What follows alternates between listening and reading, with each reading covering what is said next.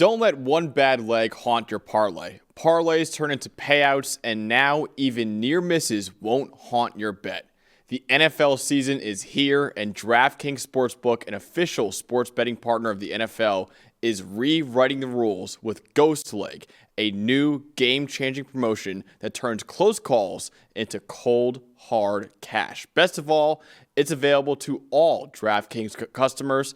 Here's how it works. Build any 3+ leg pregame NFL parlay on Sunday, apply your Ghost Leg token, and if one leg loses, DraftKings makes it vanish like it never existed and pays you out in cash for the rest. Last season, over 30 million parlays were lost by a single leg. This year, Ghost Leg gives those busted bets a second life. No more busted parlays that haunt you all season. With Ghost Leg, the bad leg vanishes. The payout doesn't. Download the DraftKings Sportsbook app and use code PFF. That's code PFF to unlock Ghost Leg, the promotion that makes one bad leg disappear and pays you out in real cash.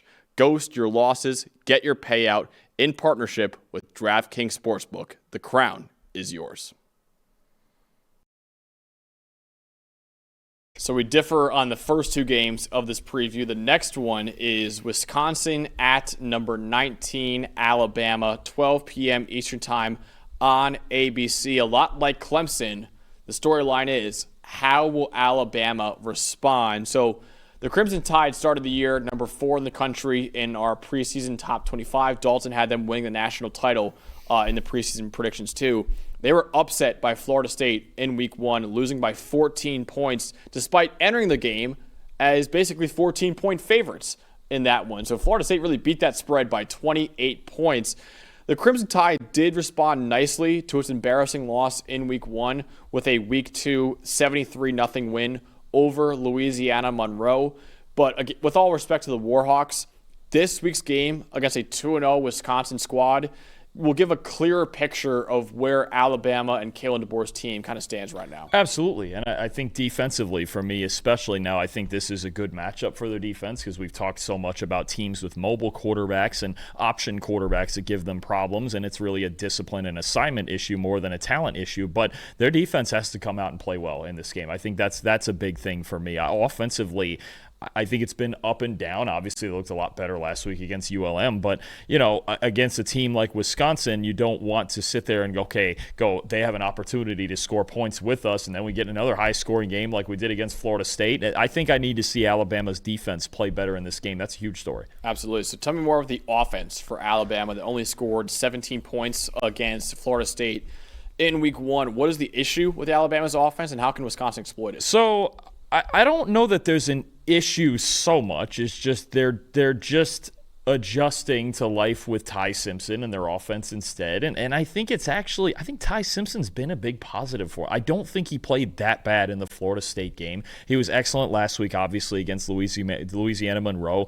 He's poised, and I think the biggest thing, him being obviously the pocket quarterback, the polar opposite of Jalen Milroe last year, just protect him. Just protect him, right? I don't think they protected him well enough against Florida State. When they did, he still threw the ball well. But if you look at Ty Simpson's numbers in a clean pocket through 2 games, 89.6 passing grade. That's top 15 in the country. 88% adjusted completion rate. Fantastic stuff. 5 touchdowns, 2.6 second average time to throw. He's kind of just he's a pocket quarterback. He's not Jalen Milroe. He's going to win differently. Alabama's supposed to have an elite offensive line, right? He was clean last week because it's Louisiana Monroe, and he tore him to shreds. I think that could be the same situation this week against Wisconsin, and they didn't get very much pressure at all on Jalen Milroe last year against mostly the same offensive line. Now, Wisconsin is 9th in the country in pass rush grade right now, but they've played, I believe, Miami, Ohio, and Middle Tennessee. So we don't really know if Wisconsin has a good pass rush or not. They didn't against Alabama last year, and Milroe shredded them. I believe Ryan Williams should be back for this game out of concussion protocol, we're hoping, obviously for Alabama's sake. But, I think that's just the big thing. If they protect Ty Simpson, he's been really, really good. I just think he's a pocket quarterback. You have to protect him up front. We'll see if Wisconsin's defensive line can step up. So, once again, in one of these previews, mine is a quarterback dilemma that Wisconsin has right now because we don't know if Billy Edwards Jr. will be ready to go for this game. He suffered a sprained knee in week 1 against Miami of Ohio, kept him out of the rest of that game, and it kept him out of the week 2 game against Middle Tennessee this past weekend. Daniel O'Neal, the backup quarterback, has kind of been up and down in his absence. He had a 38.4 passing grade during the rest of the Miami game before an 89.6 passing grade against Middle Tennessee this past weekend. But whoever it is, whether it be Billy Edwards Jr. or Daniel O'Neal, and actually Luke Fickell said recently he doesn't really know a lot about Billy's status for this week, so it really seems like it'd be a wait-and-see mode for him, whether or not he's ready to go for this Week 3 game against Alabama.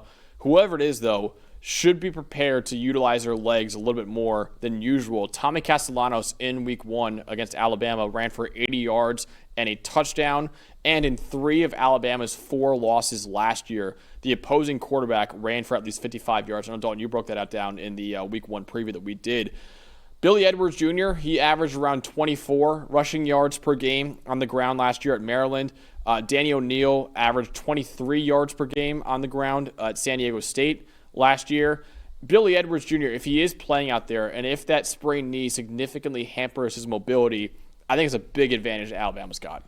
Yeah, I agree with that. I mean, against more traditional offenses, and it's kind of the same thing we said last year in this game when it was Tyler Van Dyke going into the game. It was just, it's more traditional. It's something Alabama's used to. It's something they feel like they can handle on defense. And Wisconsin doesn't have a loaded receiving core. They don't have a ton of speed on this team, so they really need to be perfect in their execution up front. But whichever one it's going to be, I think it's going to be a struggle offensively anyway, right? I mean, we've seen that even already from Wisconsin. They only scored 10 points offensively on Miami, Ohio, and 42 last week against Middle Tennessee, but they're just not very good. So, it's a step up. And if either of these quarterbacks can't step up, then it might look a little bit more like last year in this game. Yeah.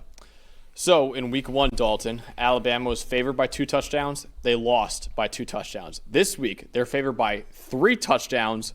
Will they get upset again, or will they pull it off? I think they'll pull it off. I think the 3 touchdown favorite there. I think that we'll see what their offense fully looks like with Ty Simpson. It's still a pretty solid Wisconsin defense with some veterans in the secondary, Ricardo Hallman, Preston Zachman, those guys. So I think there's a chance they could keep it in front of them. And Simpson obviously having far less mobility than Milroe last year, that gave Wisconsin a lot of problems. I've got Alabama 27-13. I don't know. I don't think it's going to be a runaway 40-point win or something like that. I think Wisconsin's defense plays well enough to get some stops, but I just think offensively it's just not enough there. And it's how I felt about last year's game when these two teams played. There's just not, and now we don't know who the quarterback's going to be.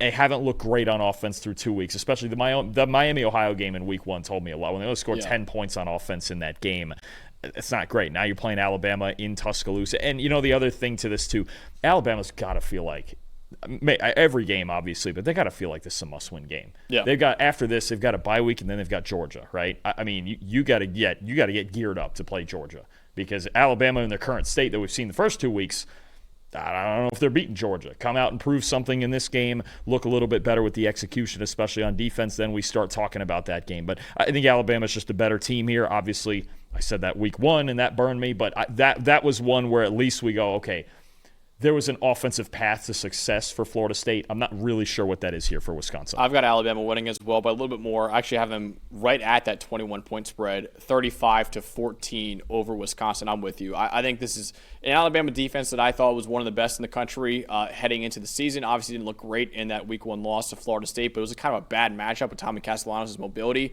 Wisconsin doesn't really have that in their offense right now. So I think we will see the Alabama defense dominate in this game, and I do think we'll see Ty Simpson, Ryan Williams, hopefully out there for that team too. They'll get back on track this week, and I think they'll have a convincing victory at home against Wisconsin. I think Alabama gets their season back on track, goes into their bye week with more confidence before a major game against Georgia in Week 5 of the season too. So I have Alabama winning 35-14. I think Alabama will look like the Alabama we thought they could be going into the season.